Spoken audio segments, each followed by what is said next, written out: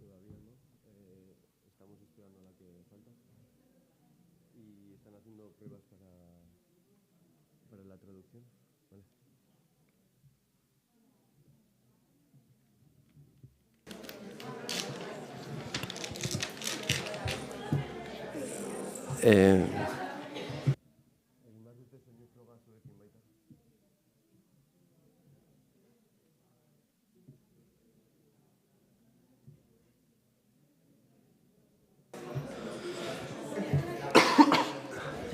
Kaixo, egunon,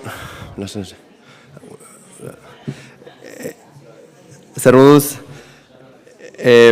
oraindik ez gara hasiko, baina ohar batzuk ezer baino lehen, lehenik eta behin, ritmoa hartzen ari gara, hau logistika kontuak hobetzen joango gara egunez egun, orduan gaur atzerapen pixkatekin hasiko gara, gainera hizlari bat falta zaigu, espero dezagun hurrengo minututan iristea.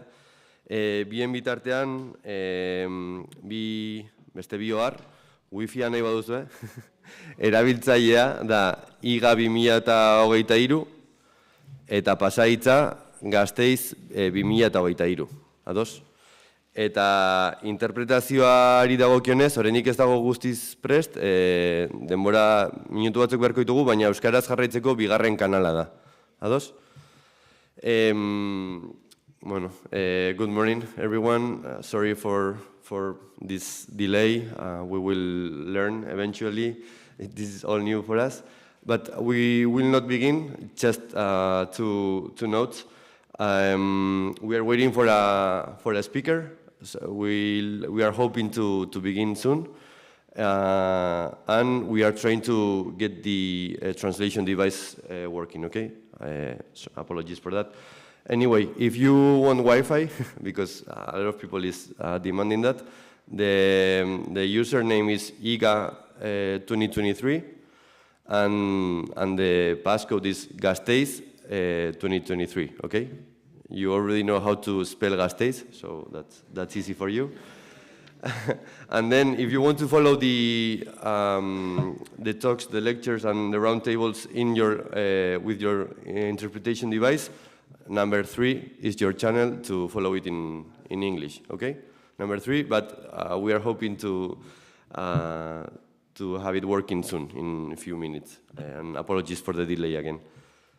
There's no rush, so I think you are all tired from tomorrow, so we'll keep it like that. Y por último, egunon guztioi, buenos días a todos.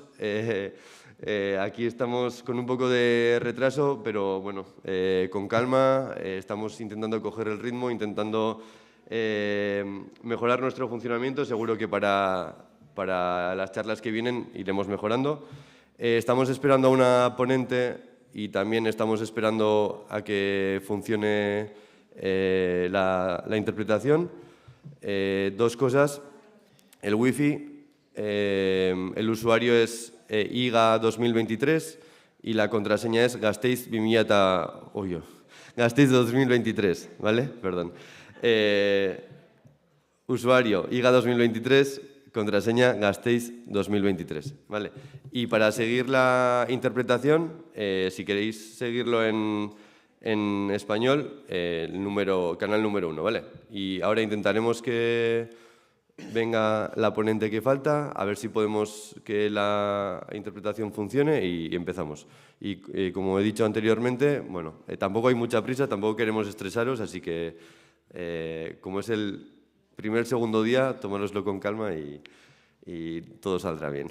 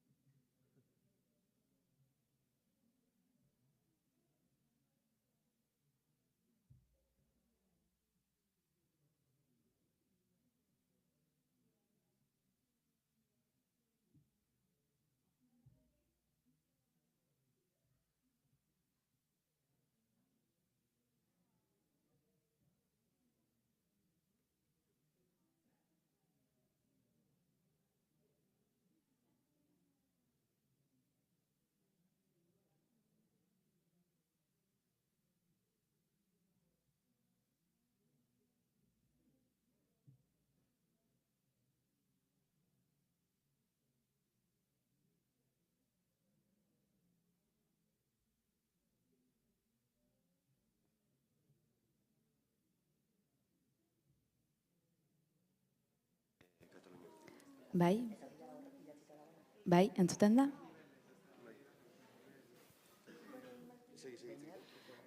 Bai, egunon, ondo entzuten da? Bat, bi, ondo?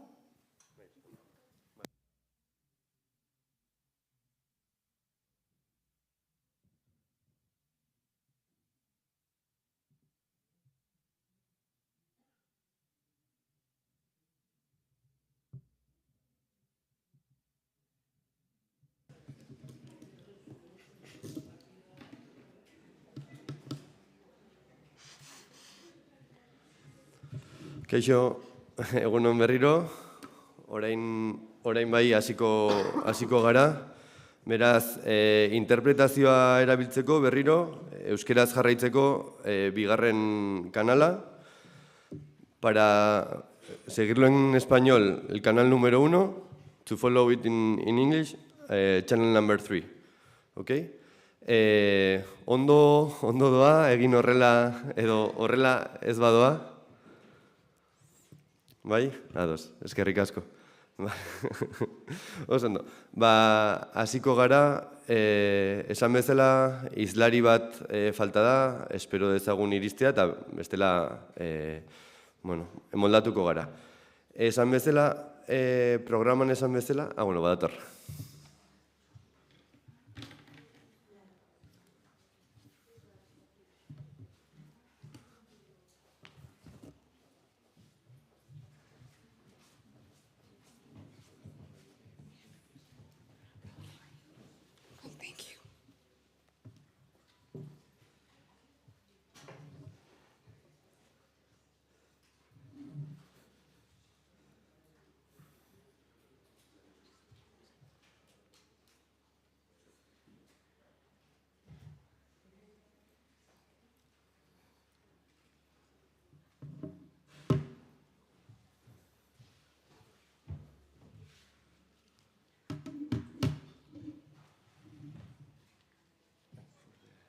Because I will speak in Basque, and it will translate it to you in English.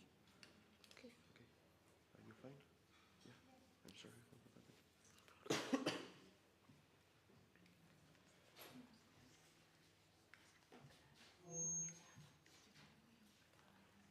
Agafau. Agafau. Marcha.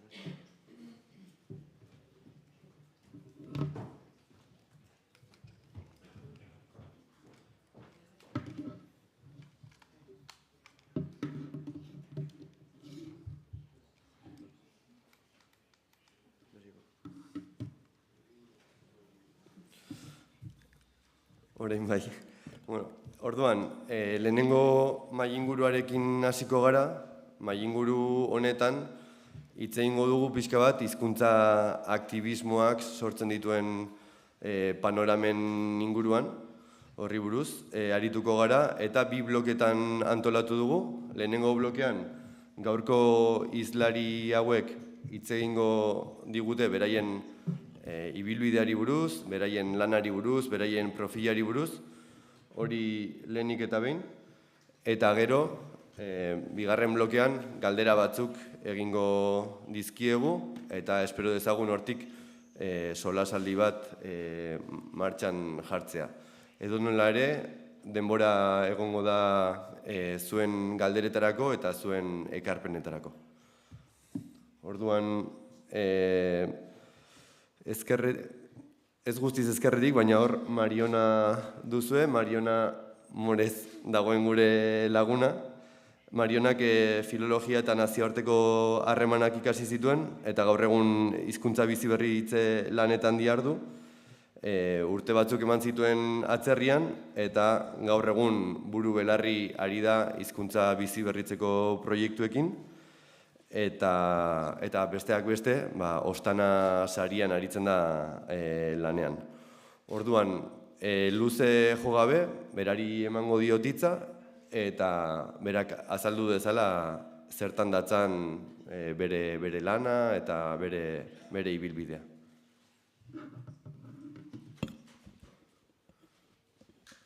Good morning. So I'm starting? Okay. I have a PowerPoint presentation. Is it?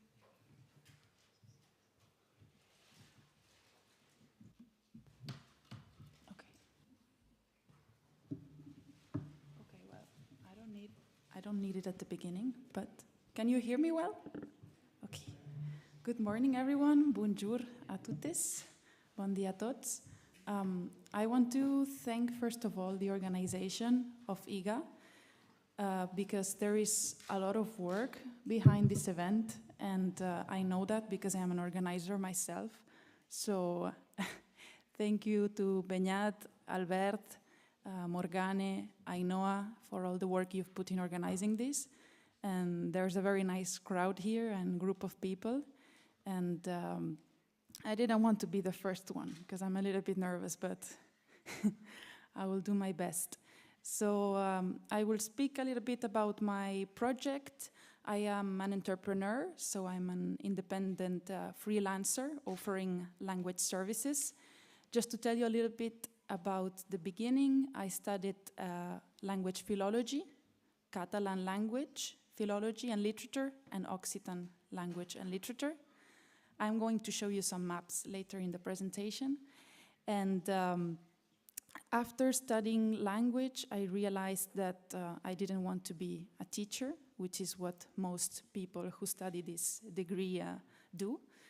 I am, sorry I didn't say it, Catalan mother tongue, which is a language in the area of Barcelona, Valencian country, Mallorca, Menorca and the islands, and North Catalonia. And the language I work with is Occitan, which is another Romance language in the area of France, some valleys of Italy, south of France, and Aran Valley in Spain. And after studying languages, I did a master's in international relations because my mother recommended me that it would be a good thing, and I thought, why not? And I really liked it. And after that, I did some internships. I did many internships until I got a more or less regular, normal job in the field of languages, translation, for example, and pure international relations, more focused on the European Union.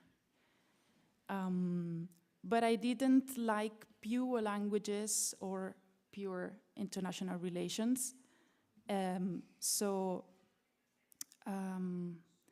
At some point in 2019, I got a job at the Language Policy Department of the government of Catalonia, and I thought, this is going to be the job, because I wanted to create an impact for the language, and I thought for the longest time that language policy would be it for me, also in terms of stability, money, and status, which my culture and my family values a lot. But in that job, I didn't feel comfortable at all. So after that followed COVID and a period of unemployment. And I had already started working as a freelancer, as a translator, and working with the Occitans in Italy, Chambrodoc.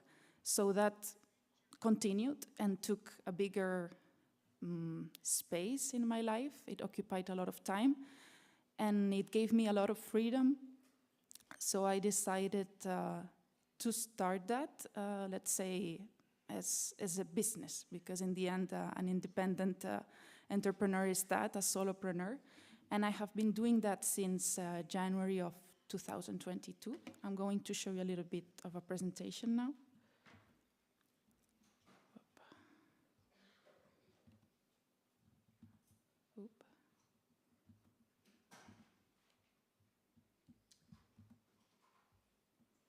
Is it okay, the pace for the interpreters? Yeah, okay. So this is a map I wanted to show you. You can see Occitania is where the language that I work with is located. South of France, a little bit of Italy, and a little bit of Spain. And myself, I am from Catalonia, which is this area. My town, my hometown, and where I'm living now is called Lleida. So you can see here in the map the main towns I've put so that you have a reference. in my area where I live, Occitan is not spoken. So I am working from home, let's say distance work with the language community, even though I travel often to meet the community and the people I work with. I have, let's say, 3 main roles because I like to wear many hats. I like the variety of jobs. One of them is translation, mainly from Catalan to Aranese Occitan, which is the Occitan of Catalonia, even though sometimes they ask English and Spanish into Occitan. I've done some proofreading as well and subtitling of films. And something I would like to do more, because it's very fun, is voiceovers. I did one at the beginning of this year, and being in the studio of everything and translating and putting the voice is just very fun. But it is not so easy in a minoritized language. So I hope I can do more of that in the future. Another leg of my activities, what I call international relations of languages, or the side of more public relations. And it's related to meeting people who do from other language communities and building bridges, creating collaborations. I work with an association called Chambradoc, which are the Occitans of Italy. And as Beñat was saying, I also work with the Ostana Prize, which is also in Italy. Ostana is a very small village where we hold a festival. This is a zoom on that Italian part of the mountain valleys of Italy. So it's basically a quite isolated community because there are no big towns. It's up in the mountains and you can see. I like to think of it as a sandwich, like on top of each valley, on top of the other. And there's also a small population. So they are over there, I'm over here, and I travel back and forth sometimes because I really like living in my hometown and the quality of life, everything there. And I also like the Italian Occitania. So in this part of international relations, there are many things. What we thought of building was first joining ELEN.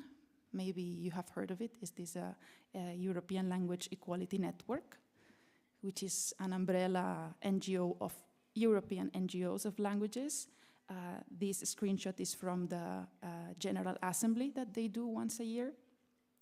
And another part we did is Faberllull, which is a residency for humanities, technologies, and different things in Catalonia, where there were many people coming from many different disciplines, and it was very rich, like research, academics, music, anthropology, cinema, even meditation. It was pretty multidisciplinary. So coming together in those meetings gave us new ideas, and what I like to say, a boost of probably dopamine, endorphin, and just being together like we do here, eating this soft politics, soft diplomacy, which is very nice and actually, I think, more important than we think of for our languages. We also joined an action called LITHME, Language in the Human-Machine Era, which is about joining technology developers and linguists in the specific field of minority languages. Because when these two work, they usually do it separately. So when they create technologies for our languages, they do it maybe thinking about English or Spanish, big languages. And that doesn't work at all for our languages sometimes, so the aim was to put them together. Another important part is the International Decade of Indigenous Languages of UNESCO. We tried to join that as well, and we did some lobbying here, because in the end, lobbying is trying to push for your interests, because our languages in the southwest of Europe are not included in this decade. So we tried to join one of the focus groups to influence that, and we haven't succeeded yet, but still the decade applies to us and we can join their initiatives. In fact, we got their logo for one of our festivals. And when this decade was in the making, we did our own manifesto, because the motto of this decade is nothing for us without us. So we adapted it into Occitan and Italian. nulla per noi senza di noi, parrem per nus senza nus.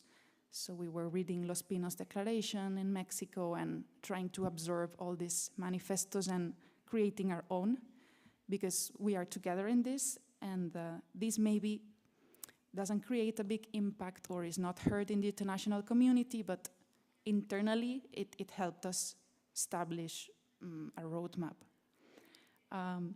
This is the project I am happiest to tell you about. It's like the one I'm most proud and happy about, and it is called the Ostana Prize. It just happened 2 weekends ago, and it happens every year at the end of June in Italy. Here is a picture of Monviso, which is this very symbolic mountain for the Occitan people. There are different aspects. I don't want to go in depth about them, but what is different from other places I've been in festivals is how easy it is to work with the people who organize it.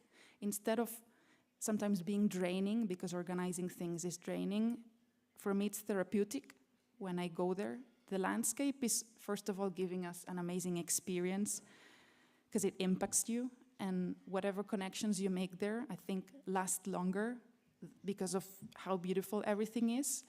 And there's this convivencio, which is an Occitan value, which is the art of living together in harmony. So it's 3 days. It's called prize because there are 8 awardees in different categories. We have a cinema prize, we have a music prize, we have an international prize, and we try to have each year an indigenous language. This year we had, for example, Tamajakt from the Tuareg area.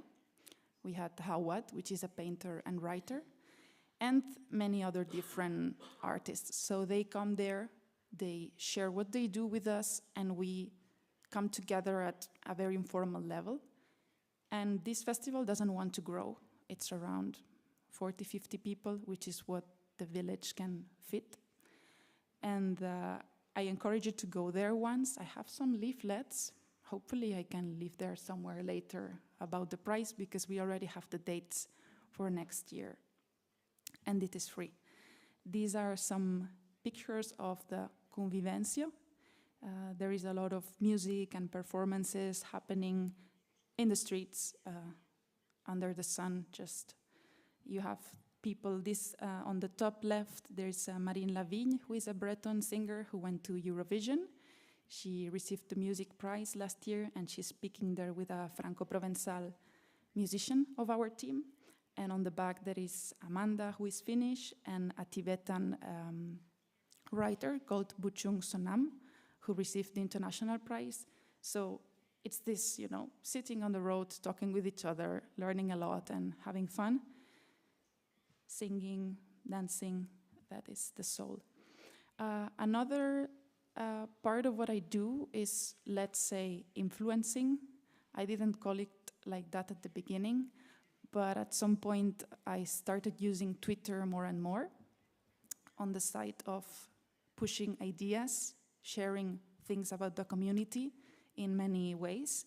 And there was a contest that the Euro region put forward for young influencers of Occitan. And I participated, and I won the second place. And the person who won the first one is in the room. I don't know exactly where. Gabriel Pelissoun, there. This is a picture of us when we met in February. I encourage you to check his YouTube channel. He's going to be speaking on Thursday. The channel is called Parpallu Blau, and if you put Occitan on YouTube, it appears. It's a very good channel, and this was a really good boost of motivation for us, I think. I also took the account for a week of Euro Digital Language by Rising Voices in September last year, to just diffuse Occitan for a week. I'm about to finish. Have 1 more minute or something. I also do poetry recitations in European minority languages. I really like the creative side of it. This is a picture from Girona, a conference we did last year. Another project that is really important and deep for me is language grief.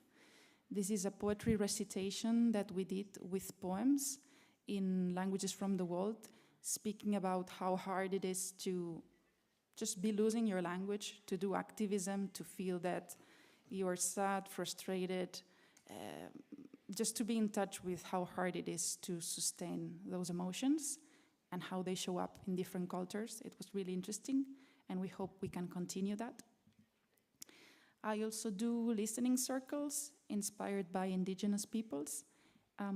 This is a screenshot of one we did this year online. I did one in English, tried to have one in Catalan, and it's hard to have people because I think the idea of them is to do it physically. So I will be doing one in August at the Occitan Summer School, but online they work as well, and it's a nice way of being vulnerable.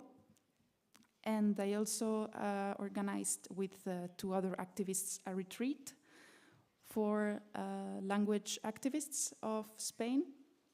And we did it in January. It was also a very nice initiative. Some people who come to HIGA over there came to the retreat, and we can talk about it maybe later, because it was interesting, fun, and a way to rest, because resting is important, and I really want to focus on it on the second part of this. And that's it for now. Thank you.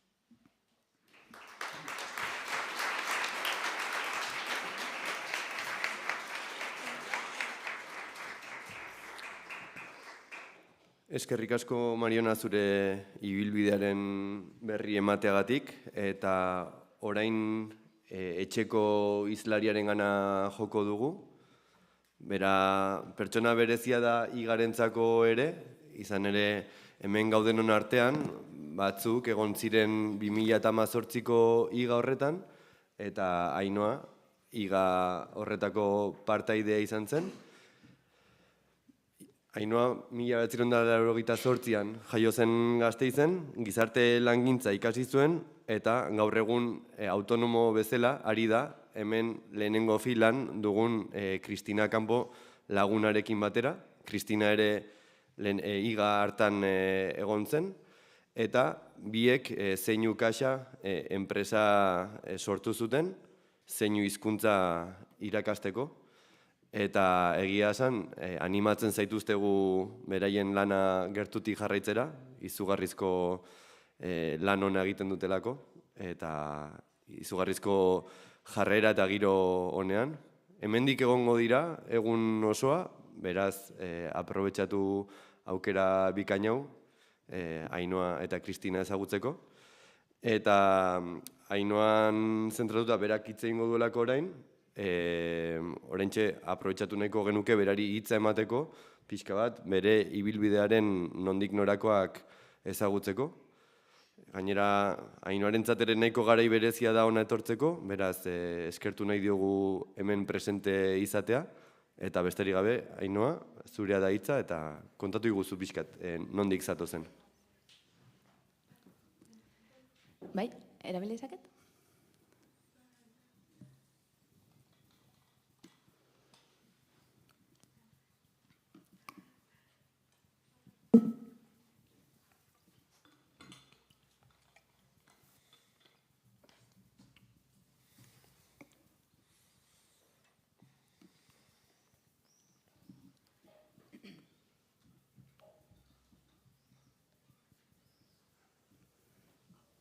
Bai, hobeto zutituko naiz. Lehenengo eta behin eskerrik asko Beñati eta Igari aukera hau ematearren, hemen egoteko. Ez dute hasieran gehiegi luzatu nahi. Badakizue mundutik eta herrialde desberdinetatik etorri zaretela asko da. Ezagutzen aldozue edo izan aldozue kontakturik zeinu hizkuntzarekin? Badaukazue esperientziarik zeinu hizkuntzaren batekin. Ez? Bai? Bai. Eta kontaktua izan duzue pertsona horrekin?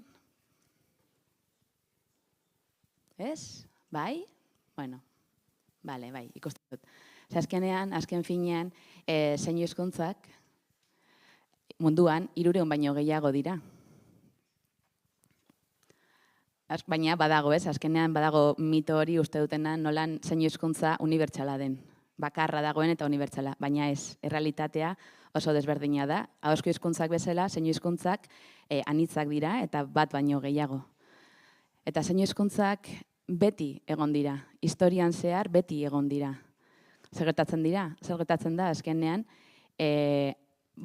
gutxitua dela, hizkuntza gutxituak direla. Eta pertsona gorrak ikustezinak. Eta orduan horrek egin gaituena da baztertu. Azkenean gutxituak izan gara komunitate eta hizkuntza bezala eta, baina gizartearen barruan gutxituak izan gara. Bueno, ni pertsona gor bat naiz. Eta jaiotzatik, bai, gorra. Nere gurasoak ere gorrak dira, nere anaia eta osaba izebak ere bai. Orduan nik zuzenean izan du zeinu hizkuntzaren eragina eta nire hizkuntza, ama hizkuntza eta nire hizkuntza naturala da. Baina pertsona gorren 95% familia entzuleetan jaiotzen da. Eta hori oso desberdina da, hizkuntzarenkiko oso desberdina da. Azkenean, familia entzule batean jaiotzen bazara, dagoen hizkuntza familia horretan, ahozko hizkuntza da. Euskera, gaztelania, ingelesa edo horrek eragiten du. Baina nire etxean, azkenean ez da egon zeinu hizkuntza, ez da egon hizkuntza, ahozko hizkuntza, baizik eta zeinu hizkuntza. Orduan, bueno, baina pertsona gorren hizkuntza naturala, zeinu hizkuntza dela argi dago, ez? Baina beti egoten da, gainean, ahozko hizkuntza gainean jartzen dira, zeinu hizkuntzen gainetik, eta orduan baztertu egiten dira, edo gutxietsi, bai? Orduan, garrantzitsua da, eramatea behar den lekura, ahozko hizkuntzen lekura, ez? Eta duten balioa eman eta hori defendatu. Orduan hori da pixkat, ez? Aktibismo linguistiko hori. Guretzako komunitatea oso garrantzitsua da, ematen digu identitate bat, eta ohitura batzuk, kultura bat, hizkuntzak, ez? Azkenean finean hori da gor komunitatea. Euskaldunek ere, azkenean oso antzekotasun handiak ditugu, ez? Euskaldunekin, azkenean identitate bat da, bai euskera edo bai ezin hizkuntza bere kultura eta bere ohiturekin. Orduan horrek eragiten digu guri eta guk ere, ez? Eragiten dugu inguru honetan. Arazoa zein da, Kristinak eta biok, gure espaziorik ez daukagu. Nun da gure espazioa, ez? Ahalegindu gara, bilatzen, baina ez dago. Orduan ez dago zeinu hizkuntzan dagoen espaziorik. Bai, badago, gaztelaniaz, euskeraz, ingelesez, eta irisgarriak diren gauzak, eta informatu eta formatu egin leikezu hizkuntza horietan. Zeinu hizkuntzan aldiz? Behin eta berriz mugak topatzen ditugu. Orduan sortzen dira gorren elkarteak, gure espazio bilakatzeko. Bertan, zeinu hizkuntza erabiltzeko, ekintzak eta mugimendu politikoa pixkat bultzatzeko, ez? Zeinu hizkuntzatik eta zeinu hizkuntzan. Orduan hor izan dira, egin ditugunak gure eskubideak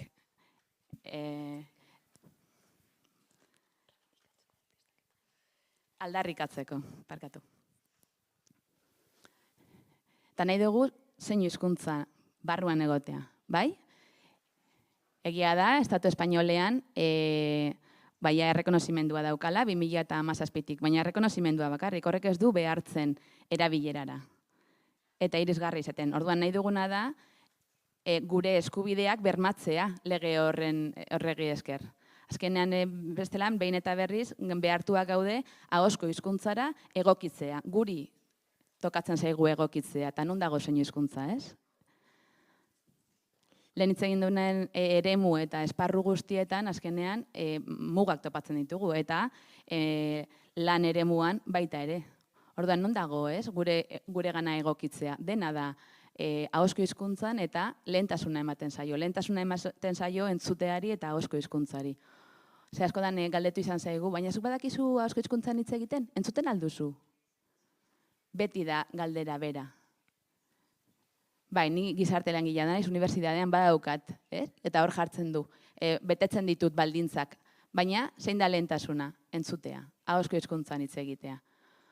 Orduan, bueno, egoera hori jasanda behin eta berriz, bion artean erabaki genuen gure enpresa sortzea, zeinu kaxa sortzea, dala zeinu hizkuntza akademia bat. Eta zeinu hizkuntza irakasteaz gain egiten duguna da zeinu hizkuntzaren edapena. Eta hori oso garrantzitsua da, sensibilizazioa ere egiten dugu. Ikerketa egiten dugu zeinu hizkuntzan, zeinu desberdinak ikertzen ditugu.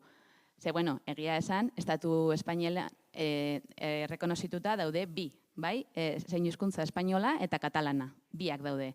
Baina, erkidego bakoitzean, badaude, edo zona geografiko bakoitzean badaude aldaerak, bai zeinuetan edo formetan batzutan. Adibidez, Espainiaren zeinua, hau izan leike, edo mutilaguna edo, eta hemen desberdin egiten da.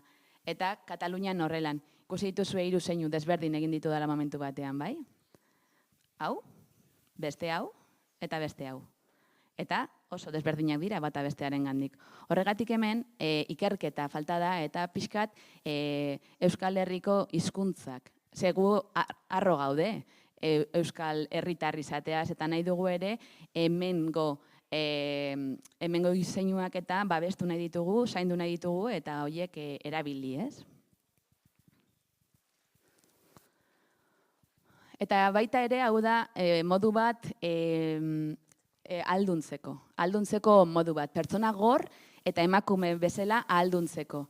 Gizarteari demostratu alizateko eta erakutsi alizateko, bai, gorrak, eta gorrek ere ikusi gaitzaten aldugula hau sortu eta honekin ekin.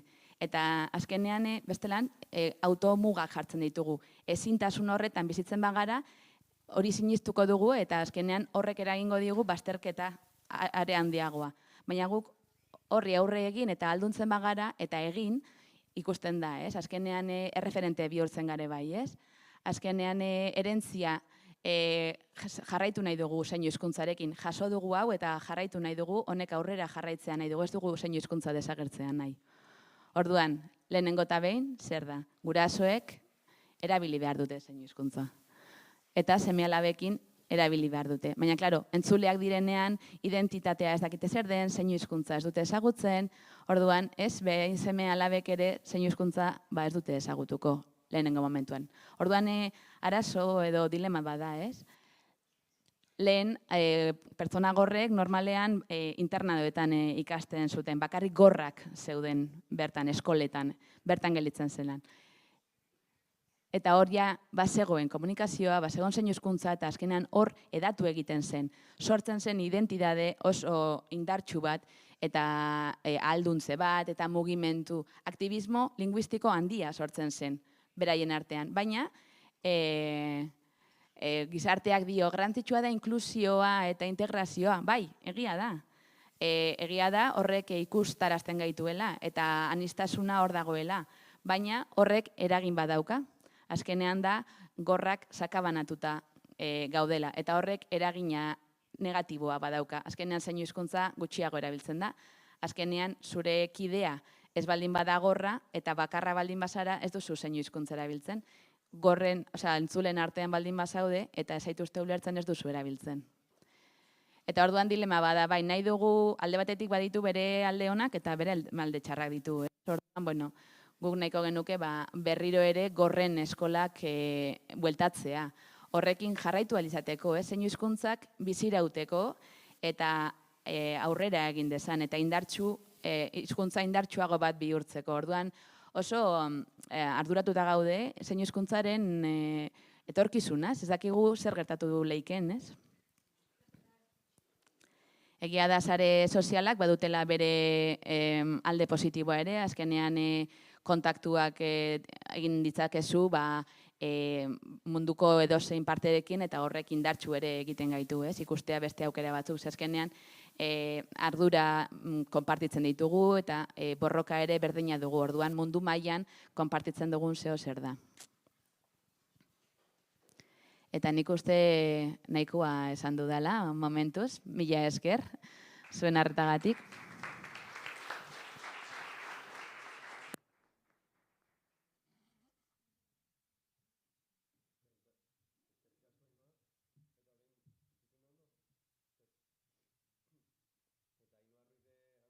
hastean, orain bainat Josueri emango diot hitza.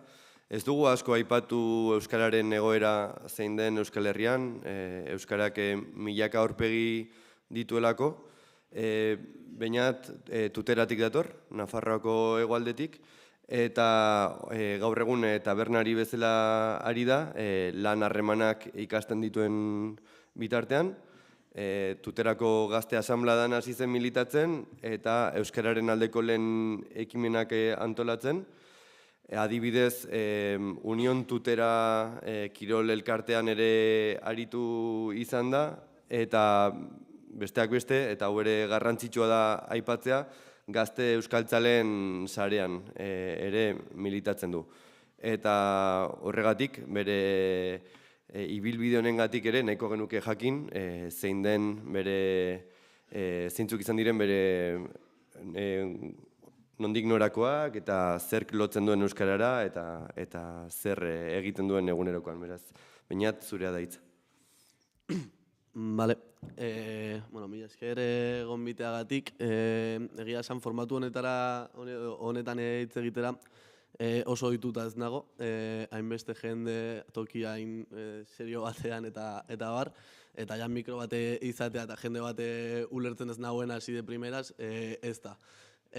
Orduan, saiatuko naiz alik eta harinen egiten, eta hori beñateke aipatu bezala, tuterakoa naiz, nik uste horrek nire harremana euskararekin hasieratik baldintzatzen duela, Nafarroa hiru zatitan, linguistikoki hiru zatitan, administratiboki hiru zatitan zatituta dagoelako.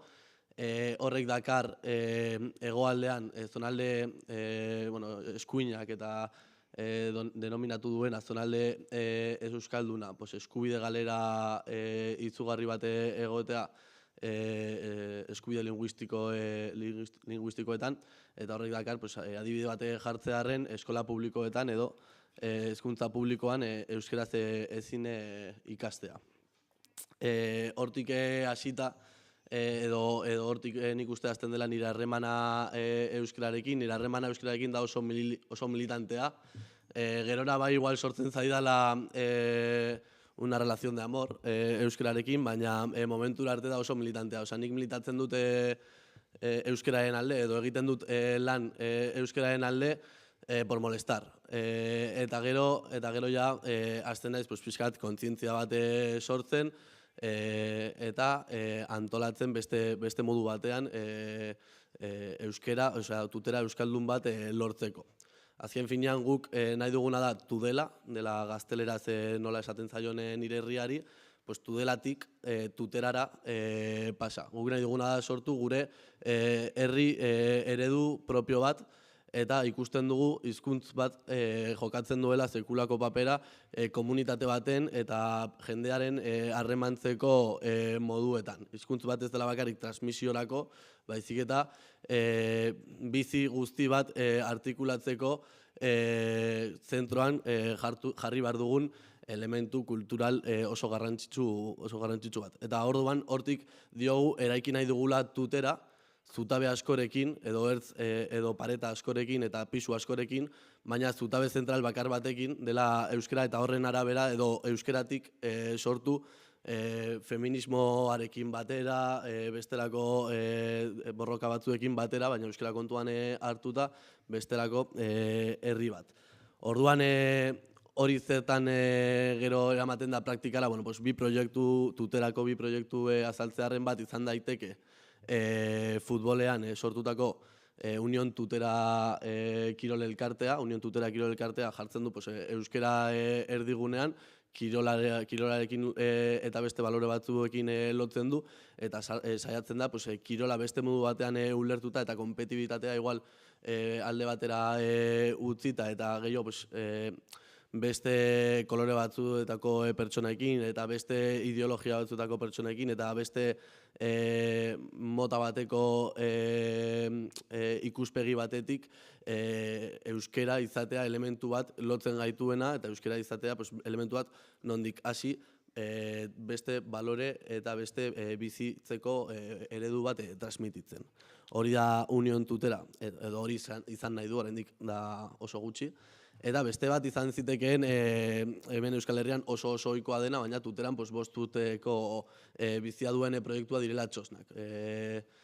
Hemen Euskal Herrian gazteek antolatzen dituzte haien herrietako jaiak, eta tuteran orain arte, edo duela 5 urte arte, ez genuen horrelakorik, eta orduan pentsatu genuen aukera on bat zela euskera edo euskararen bueltan jai batzuk antolatzeko, txosna batzuk ere guk antolatzea. Horiek izan aldira bi. Orduan, evidentemente, tuterakoa izateak nire harremanean baldintzatzen du pilo bat guztia, ze beti bizi izan dut euskara oso erresistentziatik edo oso txikitasunetik, no? Osea, badago norbait, uzten ez nagoena, nik nahi dudan hizkuntzan bizitzen. Gerora pasa nintzen unibertsitatera, eta unibertsitatea dela Iruña, dela zonalde mistoa, dirudi badela beste mundu bat, baina da nahiko antzekoa. Unibertsitatean karrera bakarra ikasi daiteke euskeraz osotasunean, eta beste guztiak daude gazteleraz, ikasgai oso gutxi batzuekin euskeraz. Orduan egoera ikusten nuen, ordu batera nago, zonalde ez mistoan, baina egoera da berdina. Osa, Nafarroa 3 eremu, baina errealitate antzekoak behintzat bietan. Igual, iparralderago joan da, errealitatea evidentemente bastanen eta aldatzen da, baina Iruñan edo unibertsitatean behintzat antzekoa. Orduan hor, bazegoen ja sortuta euskera talde bat, euskera talde hori sortzen zuena edo egiten zuena batez ere zen ikasle euskaldunei arnasgune bat eskaini eta euskal hiztunak unibertsitatean saretu eta eskaini espazioan non harreman du euskeraz, baina ikusten genuen hortaz aparte nahi genuena zela ez bakarrik gure artean euskeraz egitea, baizik eta unibertsitate euskaldun bat izatea. Eta orduan, eman genion pixka bat buelta hori edo egin genuen desoreka bat zentzu edo norabide horretan, Nafarroko unibertsitate publikoak ere euskerazko hezkuntza bat eman dezan, ze onartzen du euskera dela Nafarroako hizkuntz bat. Orduan onartu egiten baldin badu, dela zerbait kasi onartezina, pero bueno, zeba ez du eskaintzen euskerazko krediturik edo euskarazko ikasgairik. Orduan hori izan da igual nire bigarren esperientzia eta ere izan da muy desde la resistencia, ¿no? Desde, ezin dugu euskeraz oraindik ere ikasi eta ezin dugu euskeraz bizi eta bueno, ja lanera ez da. Orduan hori izango litzateke bigarrena eta ja igual hirugarrenera salto egiteko eta asko ez luzatzeko, bueno, pixkat nupeko euskera talde honetatik sortutako harreman batzuk bestelako unibertsitateekin eta bestelako herrietako euskera taldeekin hasi ginen gazte euskaldunen saretze bat. Guk ikusten genuen bazegoela tarte bat edo bazegoela hutsune bat Euskal Herrian euskararen aldeko borrokan. Eta tarte hori hain zuzen ere, badaude hutsune asko borroka guztietan bezala, borrokak ez dira perfektuak, baina horietako bat eta bastante handia bazen gazte mailan ez zegoela belaunaldi bat engantzatzen ari zena borroka aro berri honi, edo guk ikusten genuena izaten ari zela borroka edo izan behar zela borroka aro berri bat euskararen alde. Orduan hasi ginen pixka bat hutsune bat dagoelaren adostasunarekin saretzen eta ikusten hutsune hori nola bete eta nola lortu belaunaldi oso bat euskararen aldeko borrokara batzea. Nola egin ere, ez bakarrik belaunaldi bat euskararen alde lerratzeko eta aktibatzeko eta bere denbora librea horren alde inbertitzeko, baizik eta ere euskararen borroka nola egin gaztei zuzentzeko eta ikuspegi gaztea integratzeko. Askotan, hemen behintzat ezakit, hitz egiten da betaurreko moreetaz, igual orain ere betaurreko ekologistetaz, betaurreko dira betaurreko horiek nondik ja perspektiba bat garatzen duzun. Guk nahi duguna sortu Gazte Euskaltzalen saretik ere da betaurreko berdeak. Betaurreko berdeak daude pixkat disputan ekologismoarekin, baina orain esango dut direla euskerarenak. Orduan, betaurreko berdeak zertarako? Betaurreko berdeak ez bakarrik euskeraz egiteko, egin behar dela, baizik eta euskeratik eta euskeraren alde egiteko. Pertsonalean, badago hor esaldi bat Euskal Herrian bastante famatua esaten duena, hizkuntz bat ez dela hiltzen, hizkuntz bat hitz egiten dutenek, hitz egiten baldin bada salbatzen dela edo irauten duela, hobe esan da. Badoa hori esatera, más o menos. Eta nire ustez, eta pixka bat hori horrela izanik, evidentemente hizkuntz bat hitz egiten ez baldin bada hiltzen da, baina horrela bakarrik ez dute irauten hizkuntzak. Irauten dute dakitenek, edo jakin nahi dutenek, edo hizkuntza horren alde daudenak, antolatzen baldin badira hizkuntz horren alde, batez ere gure kasuan bezalako hizkuntzetan, non euskera berak ez duen estatu bat bermatzen duena bere iraupena. Orduan, pixka bat, momentuz, Gazte Euskaltzaren sarearen funtzioetako bat bada betaurreko horiek eraikitzea, perspektiba hori euskeratik sortzeko eta euskeratik egiteko beste balore batzuen, ezkerreko balore batzuen baitan artikulatzeko komunitate gazte bat, eta borrokatzeko euskera ere instituzionalizatzeko. Baina instituzionalizatzen den bitartean, behar duguna da, arraigo bat, edo zakite euskeraz nola esaten den, behar duguna da, jendearteak, komunitate euskaldunak egitea euskararen alde. Ze bestela, orain arte pixka bat da mirari bat, euskara bizirik egotea, estaturik gabe, izan da herri baten eta herritar batzuen auzi baten gatik, baina heldu daiteke momentua non euskaldunok esaten dugun, yo ya me he cansado, voy a pasarme al castellano, que esto de hablar en euskera está muy cansa. Podría llegar el momento, baina antes de que llegue el momento, egin behar duguna da, lortu euskera instituzionalizatzea, baina momentua heltzeko egin behar duguna da antolatu heldu dadin. Eta pixka bat, hortik hitz egingo dut gero, hori da nire esperientzia militantea euskerarekin, nahaztu naiz, pero bueno, espero ulertu izana, eta gutxi gehiago, ezagit, 7 minutu 10 esan zizkidaten, no sé si lo he cumplido.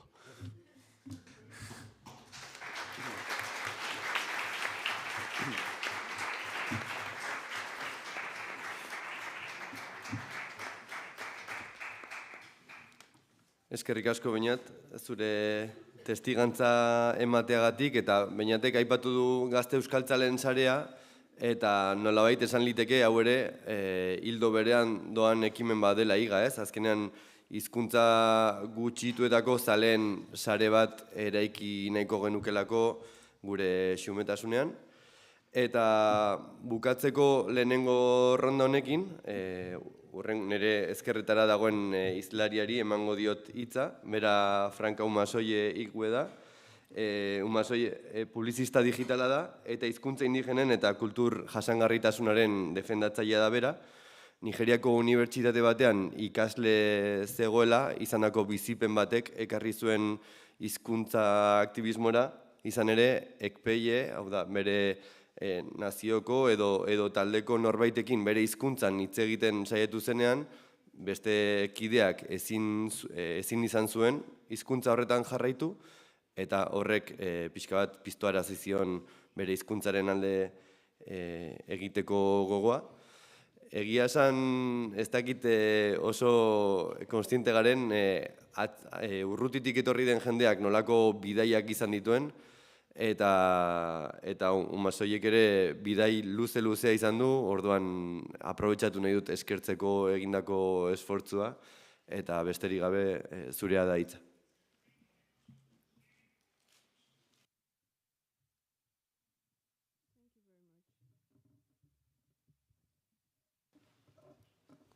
Eboleniu.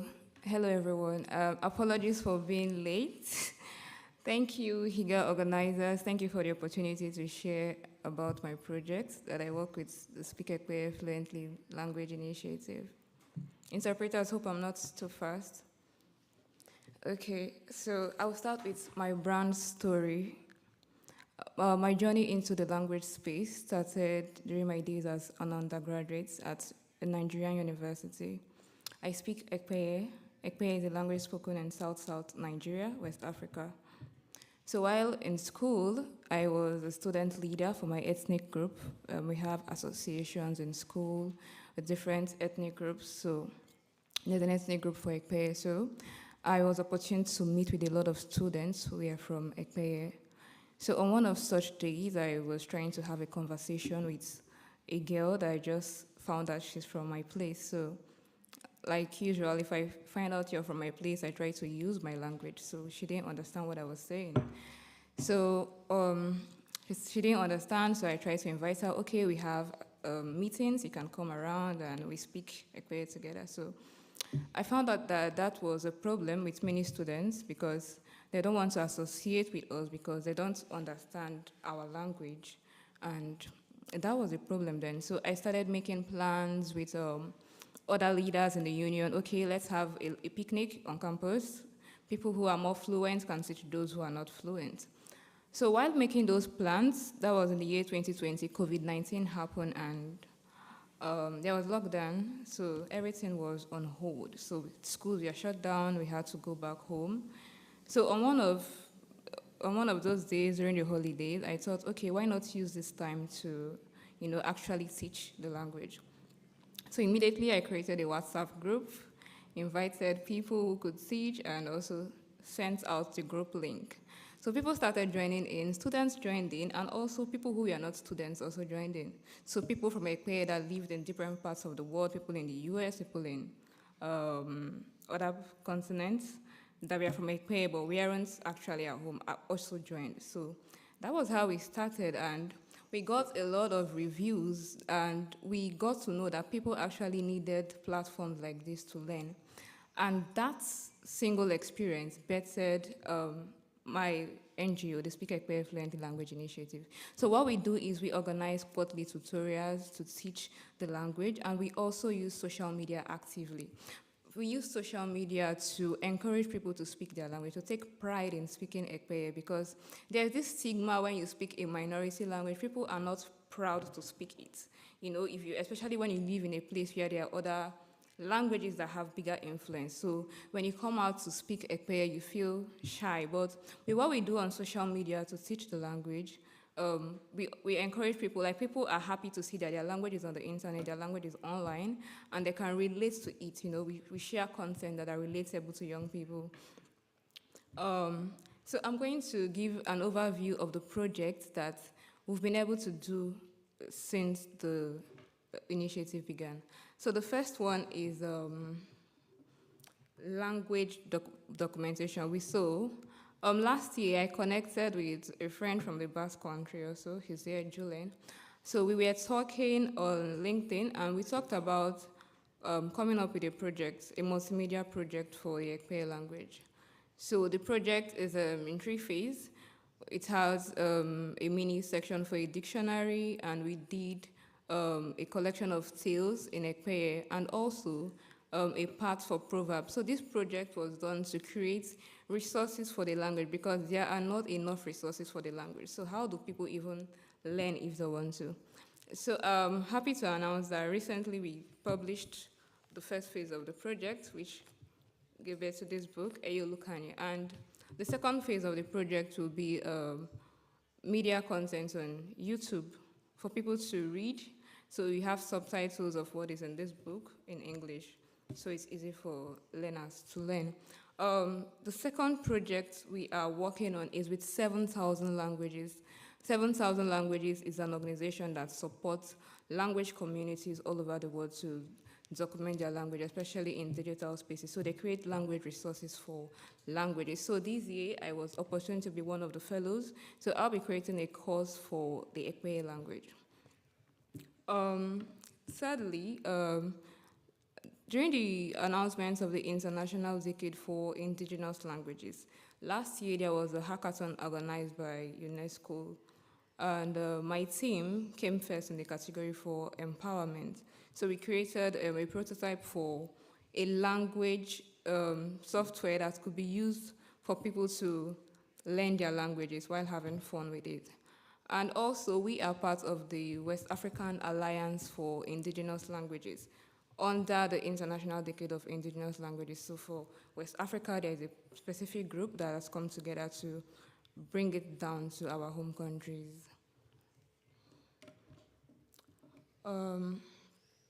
Also, so far we started the project, we've had a lot of traction because we are active on social media, and I think social media is a very good tool for language activism.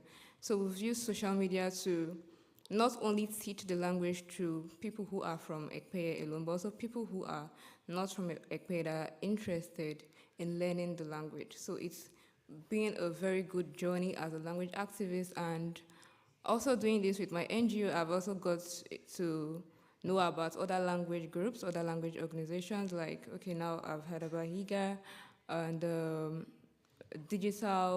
West African digital language activism. So a few weeks ago, and also last year, I hosted the Twitter space where we talk about our projects with our different languages. So these are some of the projects that we have been able to carry out so far with the Speak Ekpeye Fluently Language Initiative. So our mission is basically to inspire a generation of people, young Ekpeye people most especially, to speak the language, to have pride in speaking their language. So what we say is there's no wrong way to speak Ekpeye, because I think one of the things I've observed is people feel shy to speak Ekpeye if you always try to point out this, you're speaking it the wrong way. But we tell you, okay, no, there's no wrong way to speak Ekpeye. The only wrong way to speak your language is to not speak it at all. So this is an overview of my project with the Speak Ekpeye Fluently Language Initiative. Thank you for your audience.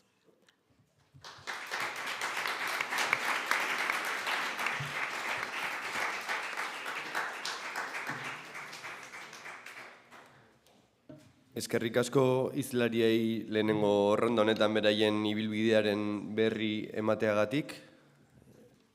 Hitz hauetan ezagutu ditugu gehiago ze ekimen jarri dituzten abian, ze lan ildo dituzten, eta orain galdera pertsonalago batzuk egin nahiko genizkieke, naiz eta pixka bat aurreratu duten dagoeneko. Orduan, bi galdera ditugu prestatuta, eta nahi baduzue zuek laurok erantzuteko. Pixkat garatu dezakezue zuen erantzuna, baina saiatu gaitezen erantzunak muga baten barruan sartzen, eta hartara ea gero publikoarekin solasaldi bat abiatu dezakegun. Orduan, lehenengo galdera eta nahi duena hasi daiteke erantzuten. Zeintzuk izan dira ondorioak pertsonalki hitz eginda zuen bizitzan aktivismoaren edo ekintzailetasunaren bide hau hartzeagatik. Orduan, horri erantzun alba diozue, lehenik eta behin.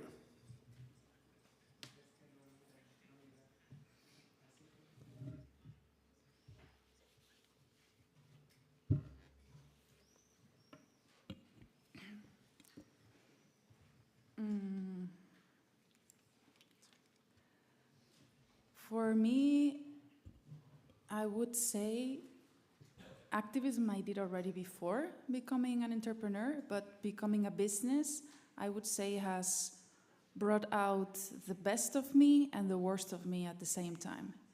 So if anyone ever thought about becoming that, and know that it's going to be a path of self-growth, like accelerated one, very fast. The way I see it for me is like a minefield of triggers for my nervous system. Like, oh, here's one. Oh, here's another one. Oh, there's a grenade. And I wanted to speak a little bit about mental health because for some reason this topic is very important for me. My language is very important for me. either Catalan and Occitan, so it is something that worries me. And I found out I cannot do everything.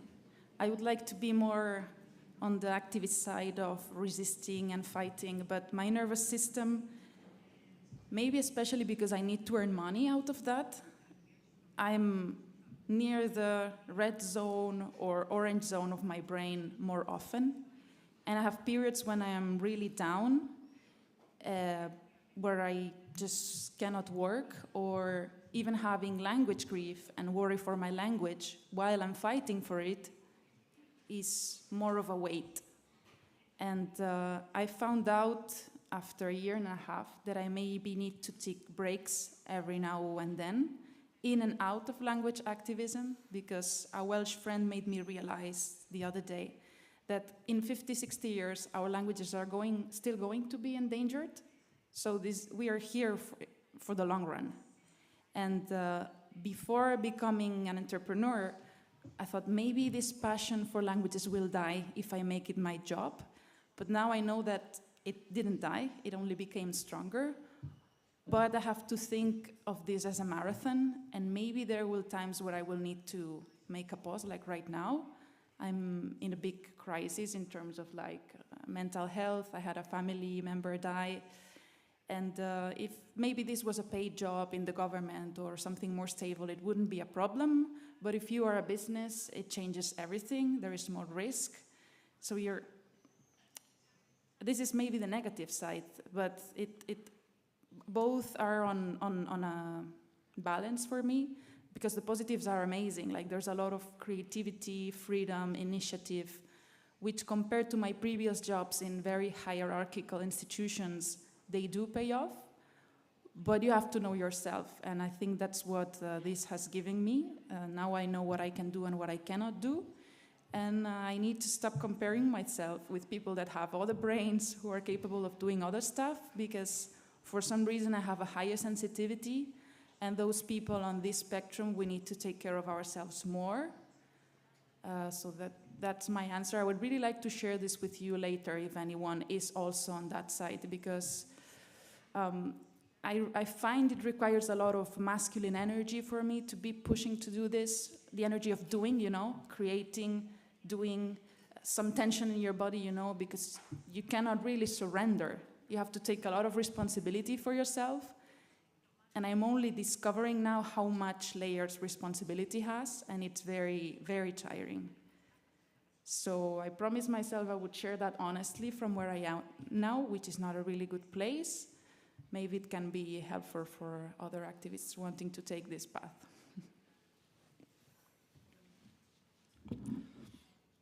Eskerrik asko, Mariona, zure sentimendu hauek partekatzeagatik, hain modu gardenean.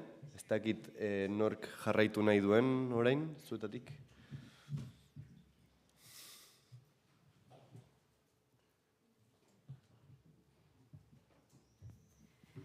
Bai, egia esan partekatzen dut Marionak komentatu duena, azkenean gu ere autonomoa gara, gorra gara, gezurra dirudien arren guretzat izugarrizko erronka da, bi emakume entzuleen komunitatean, baina gor komunitatean ere bai. Orduan ez, badago teoria, kangrejo teoria, ez dakit ezagutzen dezuen, teoria del kangrejo edo kangrejoaren teoria, bueno, laburki azalduko dizuet, ez? Azkenean, baldin badaukagu lapiko bat, ura irekiten daukana, eta bertara kangrejo edo karramarruak bota eskero egiten dutena da bere bizetza salbatu nahi, eta egiten dutena da elkarlana, baina ez. Hori zen beharko litzake salbatzeko elkarlana, baina egiten dutena da bata besteak zapaldu eta lehenengo lortzen duenak gora igotzea salbatuko da. Eta gaur komunitatean gauza bera gertatzen dela esan behar dugu. Azkenean, pixkat ohitura zer da, ez? Muga asko izan ditugu, bazterkeria asko, orduan. Nune topatzen dugu lana? Zentru berezietan, ez? Bai, desgaitasuna duten pertsonan dako. Orduan guk, emprendizaje edo, ez? Sorrera hau, azkenean atzetik ere, etzaie gustatu nolabait, ez? Azkenean gainera da, enpresa bat non zein hizkuntza erabiltzen dugun, irakasten dugun, eta hor kompetentzia bat sortzen da gor komunitatean. Ze biok hasi gara gor elkarteetan, baina horrek gaizki ikusia izan da guk sortzea akademia edo enpresa hori. Ez ezingo duzu aurrera egin, gorrak izan da porrote egingo duzue, baina guk horri ez diogu inongo kasurik egin eta geurearekin jarraitu dugu eta azkenean ausart izan gara eta aurrera egin dugu. Bidea oso gogorra eta zaila izan da, sortu dugu enpresa edo akademia hau diru gabe, beste lan batzutan lan egin hau sortu ahal izateko, aldi berean lana egin eta hemendik diru sarrerarik gabe egin dugu. Orduan, izan da zoramena, azkenean lan batean aritu, gero akademiara jun, etorren. Orduan egia esan inongo bizitza sozialik ez,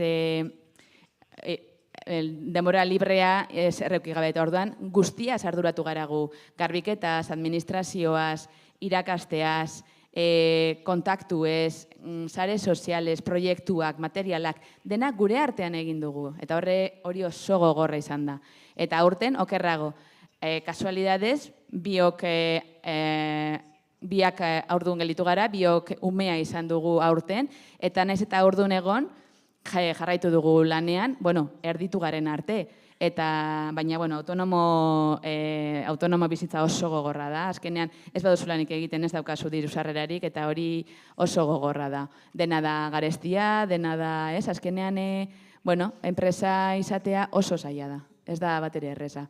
Orduan, egia esan, batzutan, esan duzun bezelan, deskonexioa behar da, baina kosta egiten da, ez? Asteburuetan ere jarraitzen dugu guztiz konektatuta, eta horrek osasun mentalean eragina daukan, bai edo bai, azkenean ematen diogu lehentasuna enpresari, beste batzuk lana amaitu eta etxea juten dira, baina guk, astelenetik igandera, eta gure oporretan ere, agian sormena etortzen zaigu, eta hor jarraitzen dugu, eta oso zaila egiten zaigu lana alde batera ustea, azkenean gure parte da, ez guztiz.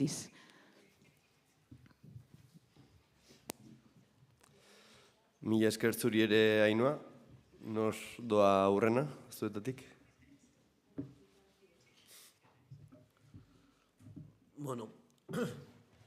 Ni ere bat nator aipatutakoarekin, berez ez ditut kaskoak, baina ingelesa ulertzen dut justo, Osa, uste dut bat natorrela. Eta igual, ezakite nire kasuan, pertsonalean ere badago alde batetik gezur pixkate esan dudala hasieran eta ez nabilela ikasten, ze alde batera utzi ditute ikasketak, eta utzi ditut erabaki moduan, oza, momentu honetan, kurtso bat falta zaite bakarrik. Baina, momentu honetan, nire denbora librea eskin nahi nion militantziari, eta ikasketak itxaroiteko aukera dut lan egiten dudalako, eta horren du dezakedalako nire egunerokotasuneko gastuak. Eta orduan ikasketak alde batera utzi ditut, denbora gehiago izateko inbertitzeko bestelako movida guzti hauetan. Hori esango nuke dela bat, eta igual gurasoek gehien esaten didatena. Bigarrena ere aipatu da, eta da ez dagoela denborarik piztinara joateko, edo hondartzara joateko, edo kainak hartzeko, edo bizitza soziale hori ere alde batera utzi dut kakotxen artean, eta lagunak batez ere igual zaintzeko denbora eta familia zaintzeko denbora eta harremanak zaintzeko denborarik inbertitzen ez dudala, eta nik uste hau ikasi behar dugula pixkat aldatzen eta jakin beste eredu militante batzuk izaten, non horretarako ere aukera ematen diogun, militantzia ere badelako hori. Eta horiek ezakit negatiboak, gero hai historias de multas eta horrelakoak, pero nire kasuan ez da asko. Baina batez ere bat nator dituela ondorio positibo pilo bat. Batez ere pertsona bezala hasteko, que es un poco así en abstracto, pero ikusteko perspektiba ezberdinak jasotzeko, lagun ezberdinak egiteko, ikusteko bizitza dagoela burbuja askoz osaturik, eta ez dagoela burbuja bakar bat, eta burbuja ezberdinetan egoteko. Burbuja handiak eta burbuja handien barruan burbuja oso txikiak mikromundoak ere badaudela. Ez dakit, batez ere gaitasuna izateko inguruan daukazuna modu askoz aberasgarriago batean ulertzeko eta bizitzeko eta gozatzeko beste modu bat ematen dizu auzi hau hartu izana aktivismoari edo militantziari edo nahi duzunagatik antolatzeari, esagunuk hori dela hoberena.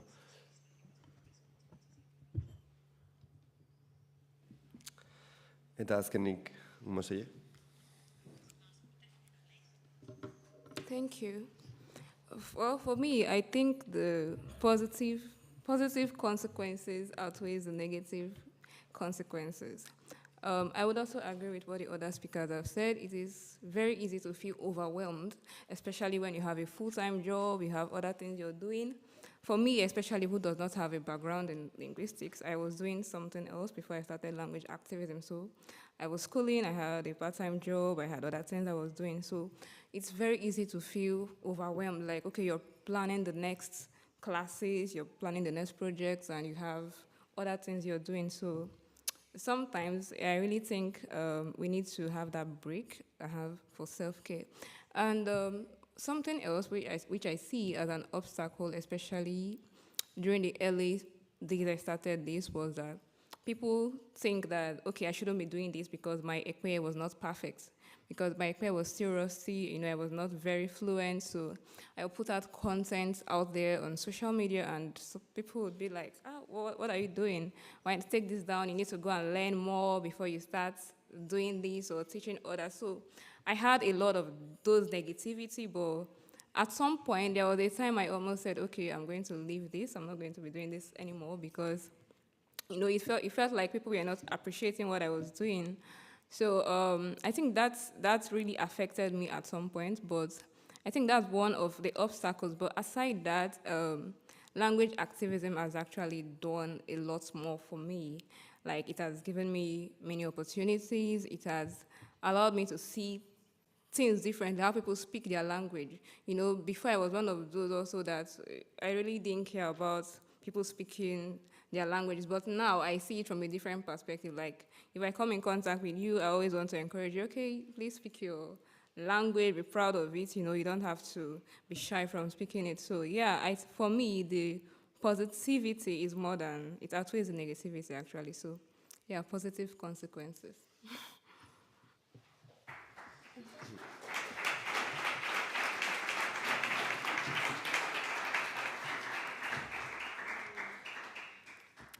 Beti da garrantzitsua alderdi baikorrak presente izatea eta horrei merezi duten tokia ematea.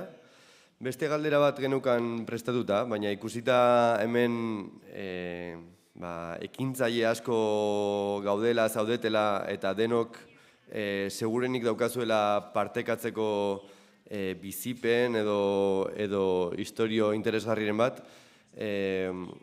Orain egin dezakeguna da, 25 minutu ditugu, kafe atxeen aldiaren aurretik, eta nahi baduzue, zuen bizipenak kontatu ditzakezue, hori bai labur asko garelako, beraz, esaldi pare batetan edo partekatu nahi baduzue ezer, edo galderaren bat egin, eta ohar bezala, mikroa dauka Ainoak, eta mikro hartzean motel eta argi hitz egin errezagoa izan dadin denontzako. Eskerrik asko.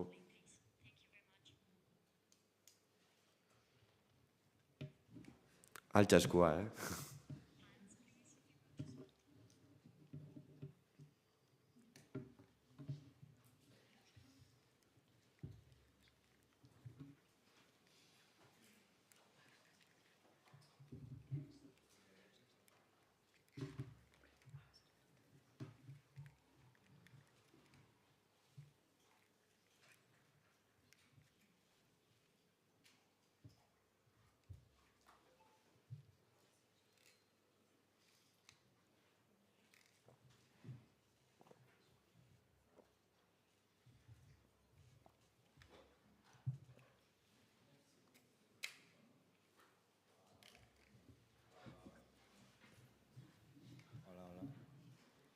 Ikusten duzunez, arazoak ditugu mikrorekin.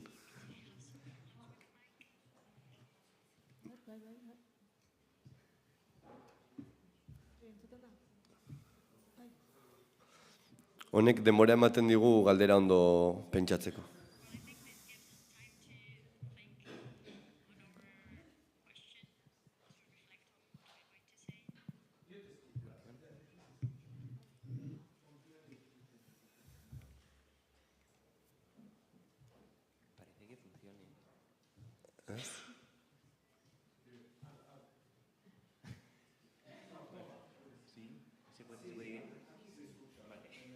Vale, nik ez. Sí, muchas gracias por sus presentaciones, era muy interesante. Y yo tengo una pregunta para Ainhoa. Sí, más alto, ¿eso mejor? Bueno, yo tengo una pregunta para Ainhoa. Y para una persona sorda, ¿cómo se aprende a leer y cómo se vive con esto? Porque si nunca has oído el idioma, me parece mucho complicado asociar sonidos con letras. Y estoy muy curioso de saber cómo se hace en la vida y cómo se puede vivir con eso.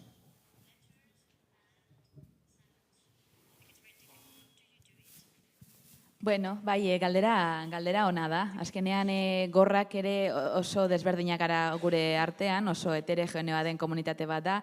Ni adibidez, gor sakona naiz izan edu, ez duela bat ere entzuten, eserrez. Eta nola nik ikasi dute ahozko hizkuntza irakurtzen eta idazten. Logopeda ordu asko eman da. Azkenean, vibrazioaren, logopedaren estarriko vibrazioen bidez, hor gutxi gora bera ikasi nuen. Orduan oso gogorra. Gorren bizitza oso gogorra da. Astea eta batez ere umetan eta 1000 ordu sartu behar dituzu, 1000 ordu praktika eta ahozko hizkuntza ikasteko.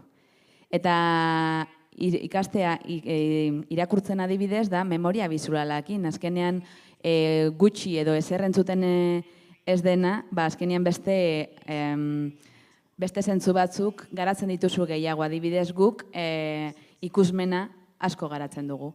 Azkenean entzumena garatu beharrean guk dena daukagu, ikusmenari esker orduan, memoria bizual hori asko garatzen dugu. Orduan, memorizatu behar dudana da, mas horrek tildea baldin badauka, edo azkenean ikusita. Orduan, eta oso ohikoa da, egiten ditugu akats ortografiko gutxiago. Agian entzulek entzumenetik ikasi dutelako hizkuntza ez dakite BV edo nolan idazten den, baina guk bai. Eta hori lortzen da lan gogorrakin, oso gogorra. Ez entzuleek naturalki ikasten da, bai? Badago horre konexio hori entzumena eta ahozko hizkuntzaren garapenean. Baina guk dena ikusmenari esker egin behar dugu eta oso nekagarria, oso gogorra eta orduan lan bikoitza egin behar dugu. Azkenean nire kide entzuleak baino bikoitza lan egin behar dut. Eta gainera askotan familia entzuleetan bazegoen ere ikastea, baina azkenean egin behar duguna da, beraien mailara iristeko, entzuleek duten mailara iristeko, lan egin behar dugu bikoitza. Eta ni nintzen gelan adibidez gor bakarra, dana entzuleak ziren. Ez dakite erantzun dudan, galderari erantzun diodan edo ez? Bai? Sí, muchas gracias. Eskerrik asko zuri. Norbaitek beste ezer, hementxe, Jula, azkar. Wonderful, thank you. Thank you for your sharing. I also have a quick question. So I come from a part of a world where activism, or the word activism is viewed as anti-government, anti-social, anti-human, or anti-everything. And I was just wondering, throughout your career and throughout your activism work, what tactics or what soft powers, what hard powers, fist-to-fist powers, and if you have any recommendations for people like us who come from a political environment like that. Do you ever in your work experience like hostile situations like that?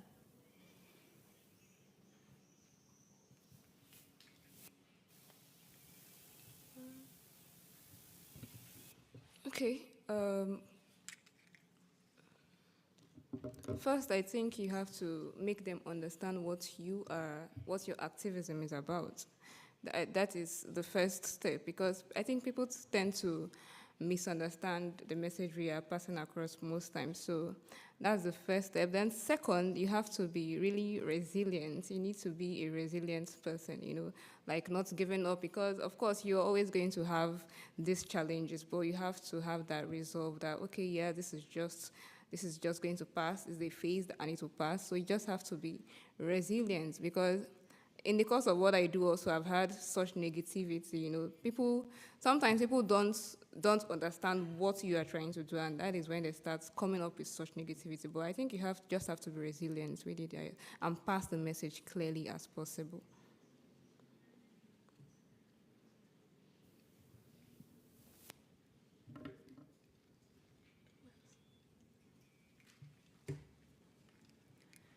Yes, that is a really good question. At the beginning of my business, I went to one of these places where they advise you what to do, and I was thinking about what name to put on my business, language activism. I did a list of so many, and what that person was saying to me is you should not use activist because it has a connotation of burning, the street where you put the litter. So in terms of a business, you would want to frame it positively, right? So I was choosing language revitalizer or language revitalization because it's on that positive side.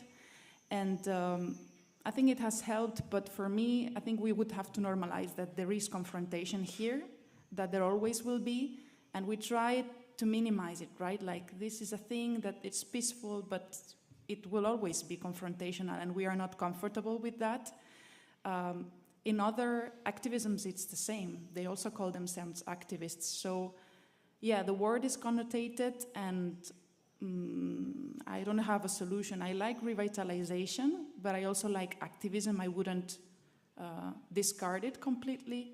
I like both of them because one is more of this fighting. If there wasn't anything to fight for, we wouldn't be using that word. And I really think, yeah, people from outside of activisms project that this is a war, even more than ourselves.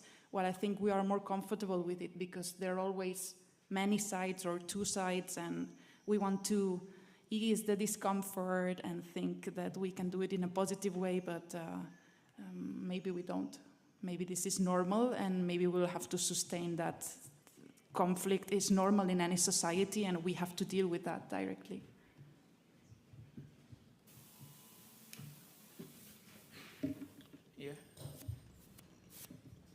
Can you hear me? Is this okay? Nik labur... barkatu, joder. Labur. Euskal Herrian errepresioa eta bada gai bat bere horretan. Eta nik uste, inkluso gaur egun, pixkat erromantizatuta egon dagoela. Ez dut uste, adibidez, bilatu dugunik, guztia da oso ezberdina, depende herrialdea, baina ez dut uste Euskal Herrian bilatu behar denik zein den muga errepresiorik ez jasateko. Eta uste dut errepresioa edo estatu batek zure kontra egin nahi duena, zure estatu propioa eraiki nahi duzulako, egin batean onartu behar dugula, egongo dela, ez baldin badugu gure azkeneko helburu horreri uko egin nahi. Eta gehituko nuke, gaur egun adibidez Euskal Herrian badagoela errepresio hori, eta badaudela oraindik ere kartzel zigorrak eta epaiak, masaia den multa ekonomikoak. Badagoela jende bat kartzelera sartzeko zorian, hemen ondoko bi herritar, Aitor eta Galder adibidez, eta dela aktivistak eta ekintzaile politikoak direlako epaitu eta zigortu eta kartzeleratu nahi dituzten bi kide. Orduan nik uste galdera ulertu gabe eta jakin gabe, beste herrialde batzuetan errepresioa izan daiteke, pero mila aldiz hori, eta sartu gabe horretan hemen Euskal Herrian uste dut galdera dela nola egin ahalik eta gehien, ahalik eta pausu gehien emateko, sin que nos metan en la rueda de la represión eta lortzea, zentratzea, gehiago helburuan, más que en kolpeen arteko talka horretan ezagite.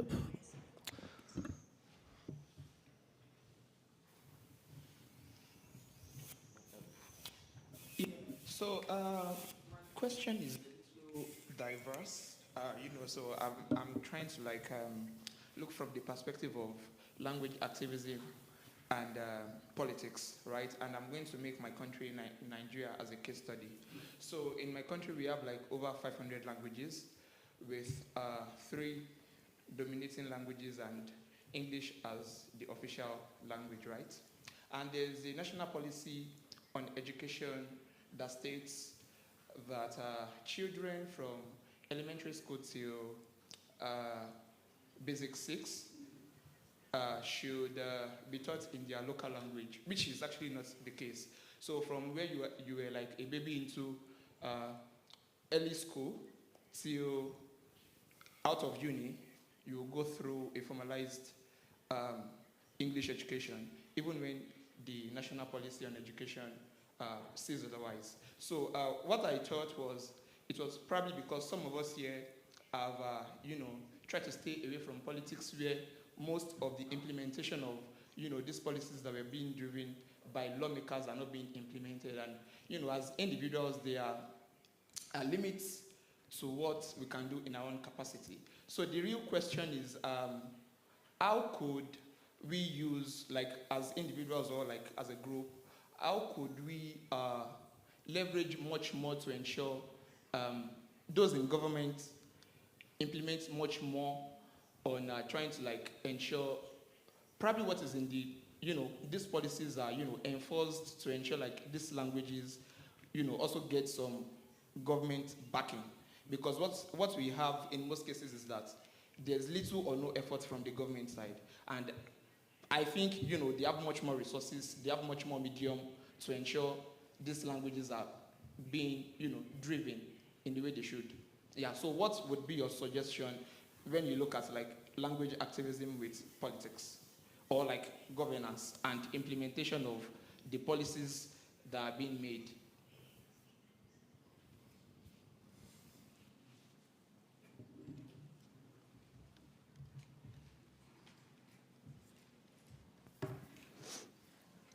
Bueno, kuriosoa da, azkenean gu gorrak izanik, azkenean jaso dugun hezkuntza, ez da zeinu hezkuntzan izan.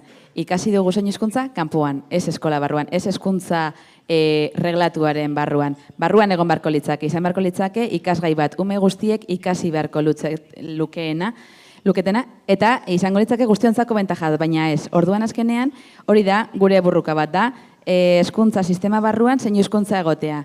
Guztientzako, azkenean komunikazio mota bat delako, modu bat delako, eta horrek emango liguke guztioi komunikatzeko. Orduan, azkenean ez, ezin duenak ahozko hizkuntza garatu, bakarrik zein hizkuntza dakera, nola emango diogu erantzuna hori, ezin dugu behartu ahozko hizkuntzara. Zein hizkuntza da bere modu bakarra komunikatzeko.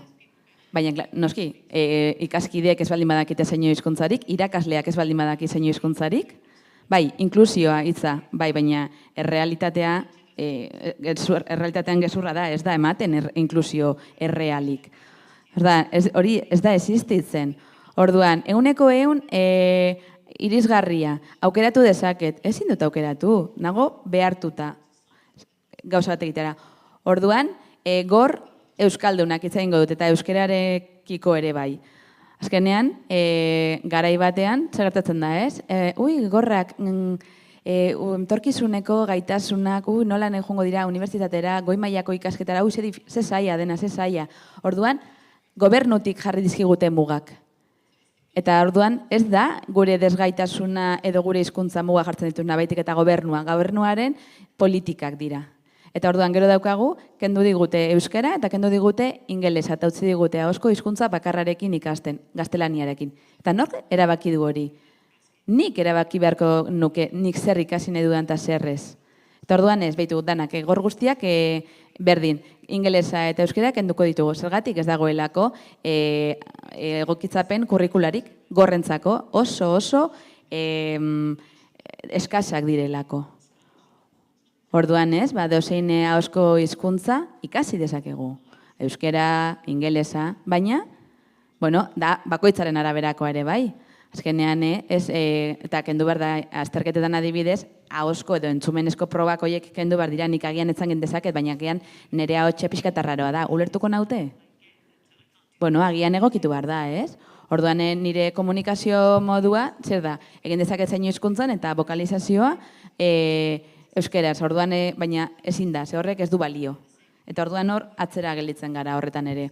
Orduan, azkenean, zantoguna da, gobernuari eskatzen diogu, ez azkenean, zeinu hizkuntza lege barruan sartu, eta zeinu hizkuntzan eman dezala. Eta beste guztiek ere, zeinu hizkuntza ikasi dezaketela, eta badaudela egokitzapenak, azkenean, berdintasun erreal batera iristeko, eta ez, oraindik ere, atzean dagoela, ez?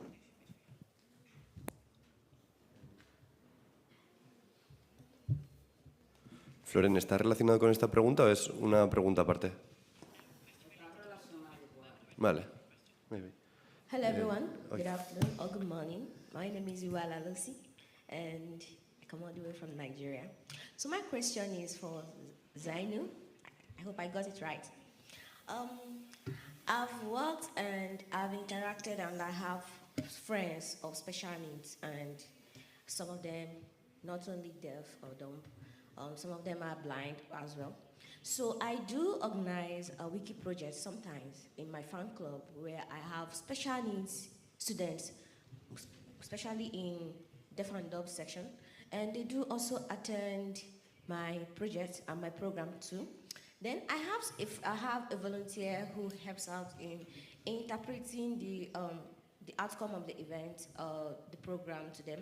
Now, during your session, you said something about having over 300 sign languages. Now, when we were talking about it, I was like, this is it, because I had in mind of kind of initiating a project that has to do with special needs, and not only segmented for deaf and dumb, but for people that cannot see and work as well. So I was like, this is an opportunity for me to converge people from different special needs to have to give kind of a volume to their voice. And now you said something about having over 300 sign languages. And now, okay, I may begin it at the local level or at the national level, which I know very well that mostly our language of communication is English in Nigeria. But in a situation whereby I am to include other people from different states or different countries, okay, different countries, and some of them don't speak English and they don't understand the sign language. Now, how do I go about communicating with them? Is there a general sign language that every deaf and dumb individual can also understand? Is there? That's what I want to know. Thank you.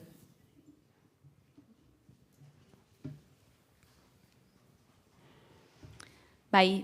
Bueno, galdera ona da, badago elkar komunikatzeko erabiltzen den hizkuntza ez da hizkuntza bat, izaten zaio zeinu internazionalak edo sistema de signos internacionales. Azkenean guk beste Koreara joten bagara, ze sistema honi eskerrak bertako gorrekin komunikatu leikegu. Orain Hego Korean, egon da mundu mailako kongresu bat, zenbait egun, eta orduan herrialde desberdinetako pertsona gorrak elkartu dira bertan, zenbait ekintza eta zenbait jardunaldi batzutara. Orduan ahozko hizkuntza zen ingelesa eta zeinu sistema internazionala. Orduan sistema horri eskerrak guztione artean ulertzeko aukera dago. Orduan, bada, azkenean da nire hizkuntza gehi internazional bat dago. Normalean, egia esan badaukagu beste herrialde batzutako gorrekin komunikatzeko gaitasun bat. Naiz eta ez zeinu hizkuntza desberdina izan, normalean errez komunikatzeko gaitasuna daukagu. Ahozko hizkuntzekin agian gertatzen ez den bezala, ez? Gorren arteko komunikazio errestasun handiagoa dagoela esango nuke.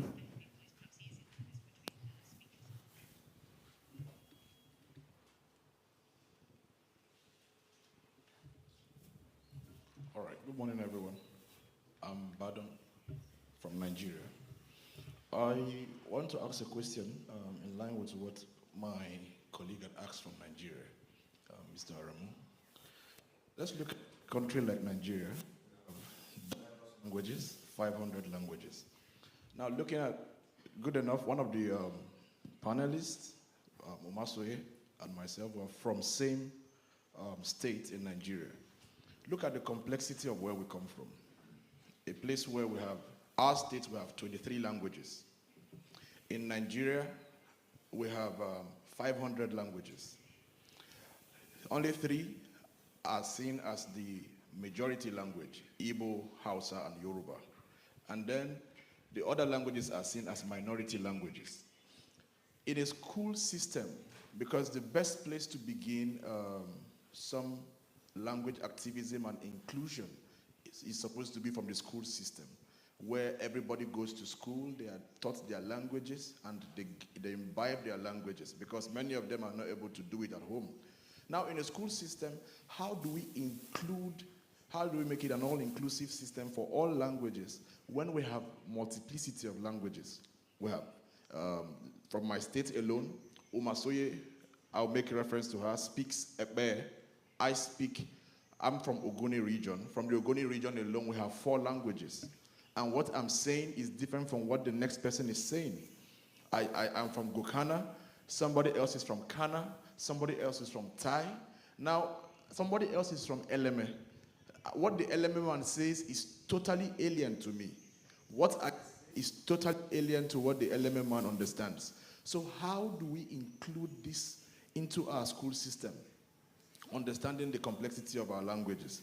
And adding to what, I don't know if Aramu's question was properly answered, but adding to what he said, how do we drive that activism, that positive activism from what you said, revitalization?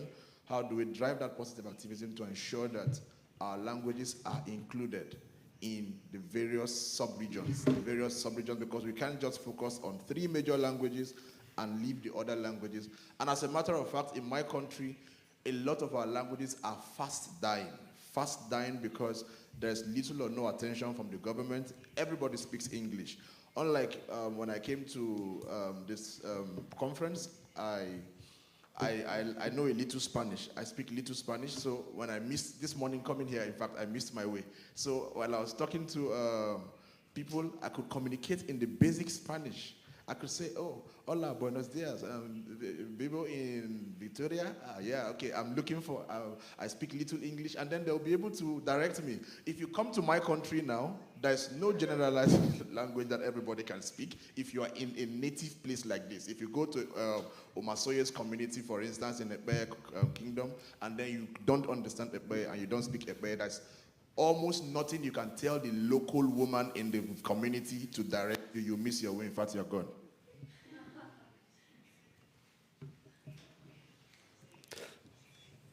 Zure erantzuna laur mesedez, Umasoye. Gero beste hitzartze bat hartuko dugu Florenena, hori ere labur, eta kafe atxeen aldira joango gara, ados?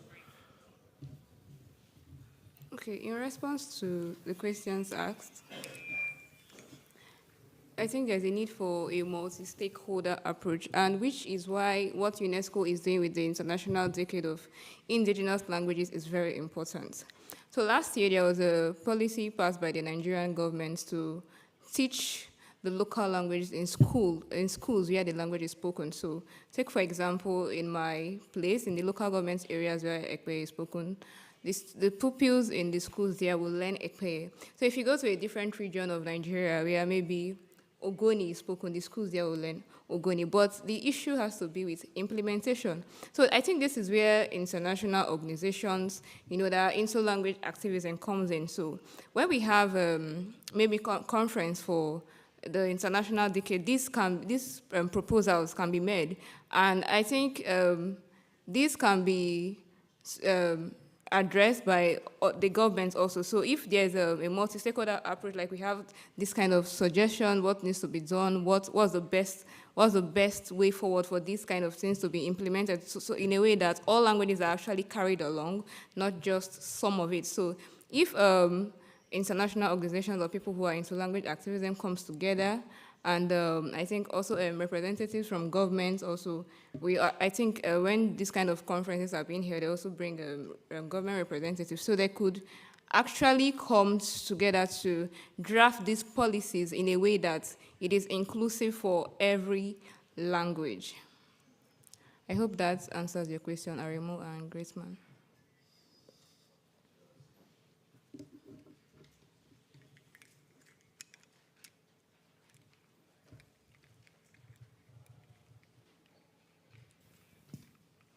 Saludos, buenas tardes para todos. Yo soy garífuna, soy de Honduras. Mi nombre es Florence Santos. Más que todo, yo quiero saber cuáles son las medidas que ustedes están tomando o estrategias para la revitalización de la lengua dentro de sus trincheras, por decirlo así, desde su perspectiva. No sé si me doy a entender con eso.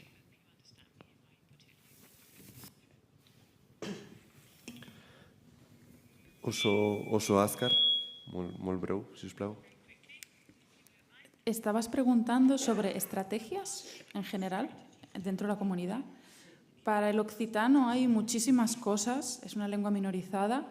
En Cataluña, por ejemplo, es oficial, pero es la lengua de una parte de la población muy pequeña. Entonces, el hecho de que sea oficial fuera de su territorio hace algunas cosas buenas, porque te puedes dirigir a la administración en tu lengua, aunque es más lento, y hay un instituto, o sea, hay educación en la lengua. Y el hecho de que haya habido mucha difusión de la lengua, muchos jóvenes la conocen, la gente está alfabetizada en aranés, en occitano, no necesariamente hace que los jóvenes la hablen, porque la lengua mayoritaria, que es el castellano, el español aún es muy fuerte. Lo mismo sucede con el francés en Francia. El occitano es lengua minorizada y muchas otras en relación con el francés. Y el activismo está bastante organizado desde el asociacionismo. Hay muchísimas asociaciones que hacen cursos locales, cafés de lengua para gente que quiera aprender, porque en Francia la transmisión intergeneracional se rompió en la generación de los abuelos. O sea, ya hay casi 2 generaciones que no hablan la lengua y es muy difícil. Lo mismo en el lado italiano. Para mí lo que mejor se hace son las escuelas Calandreta, que son semipúblicas y privadas, donde hay profesores con mucha paciencia, mucha fuerza, que hacen un trabajo enorme por traducir el currículum y que en general son de inmersión en la lengua occitana con algunas cosas en francés. Y luego hay algunas escuelas públicas de secundaria, de institutos, que son bilingües, pero cuesta encontrar nuevos profesores. Aún así, creo que hay una demanda creciente y lo que intentan hacer es como hablar con los elegidos, los políticos locales, para que abran nuevas vías para en cada colegio, en cada instituto, poner la plaza para un profesor y que alguien se pueda presentar. Pero aún no hay suficiente demanda de profesores para hacerlo. Entonces, la comunidad es fuerte a nivel de activismo y de la gente que lo siente, porque es gente que redescubre sus raíces, normalmente de mayor. O sea, hay muchos neolocutores, pero hay mucho trabajo que hacer. Entonces, desde el activismo hay cosas, desde el asociacionismo más micro, invisible también, y cuesta mucho conectar entre ellos, porque es un territorio enorme y la gente se encuentra también, por ejemplo, en verano, en escuelas de verano, y allí hacen inmersión completa, socializan. Socializar es importante, solo por darte unas pinceladas. Eta hementxe utziko dugu, polita litzateke besteon erantzunak entzutea ere, baina 11ak jo dituzte eta kafeerako ordua da. Ez dugu orain arte esan, baina kamera asko daude hemendik, horrek esan nahi du ETB-n, Euskal Telebistan emititzen ari direla, zuzenean, beraz, jakizue hori, eta gero eskuragarria egongo dela bideo hori. Hau esan da, eskerrik asko benetan Ainoa, Mariona, Beñat, Umasoie eta hitza hartu duzuen lagun guztioi. Entzule hoi, espero dut gustora egon izana. Eta seguru horrelako solasaldi jarraipena emateko aukera izango dugula.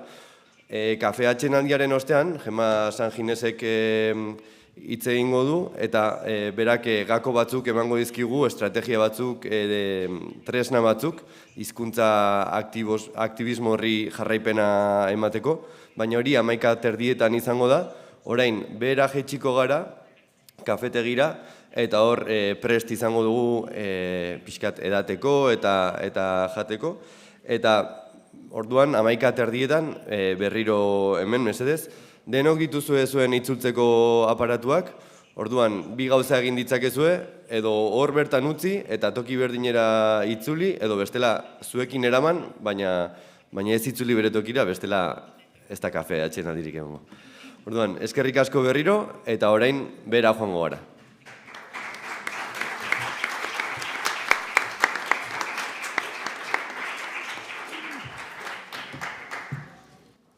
Beñat, ens fem una foto?